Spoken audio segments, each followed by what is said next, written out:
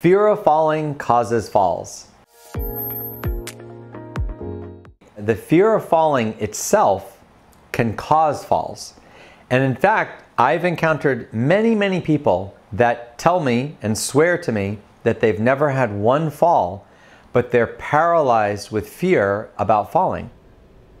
We're not talking about people that have any balance issues, no weakness, that just simply the fear of falling itself causes falls. How is this possible? When you have a fear of falling, there's a lot of studies that show that you avoid activities. So you avoid things that could make you aerobically fitter, you avoid things that can make you stronger, you avoid walking, you avoid even things like cooking or going to the store because you're afraid if you do those things, you're going to fall.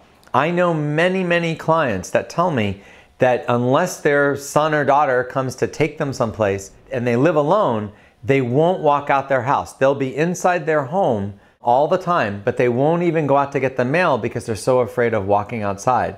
So as you can imagine, that avoidance of activities actually leads to someone being weaker, more likely to fall, and in fact, they do fall more, but they're falling because they've been avoiding activities because they're afraid of falling. So the second thing is that fear of falling causes someone to choose the wrong strategy when they're trying to balance. So what does that mean? Studies have shown that someone who has a very high fear of falling will walk more stiffly. They'll walk with their legs further out to the side to increase their base of support. They also, when they're walking on uneven ground, will utilize strategies that lead to falling.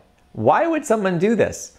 Well, I think we've all experienced this. If you've ever gone hiking or been in some situation where you feel like you could fall, you're going to bend your knees more to be closer to the ground. You're going to spread your legs apart to have a wider base of support because you're worrying about falling.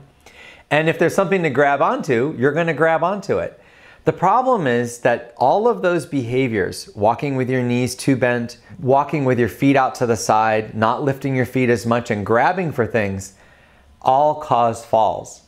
And even if the person's in a situation where they don't really need to do those things, where they actually have adequate balance and they can easily walk without needing to do all that, by them doing those things, it makes it much more likely that they'll fall. So it's these bad strategies that increase their fall risk. So why do people do this? Why do people have a fear of falling and why do they allow it to cripple them? There's a concept in psychology called psychological inflexibility. And what it means is that in a lot of situations, people develop the idea that they need to do certain behaviors, that they need to do certain things, that while they're incorrect, while these things aren't really needed, and while they don't really let the person achieve the goals that they're saying they want to achieve, they keep doing them. And the more sometimes that they're told not to do that, oh, don't be afraid of falling, the worse it gets. Psychological inflexibility applies to a lot of different behaviors. And if you stop and think about it, probably all of us do this in one way or another in our life. But with older people, this fear of falling, not only does it cause falls, but it's crippling. It keeps people from doing all the things they want to do. And even if it's not based in reality, it's still happening.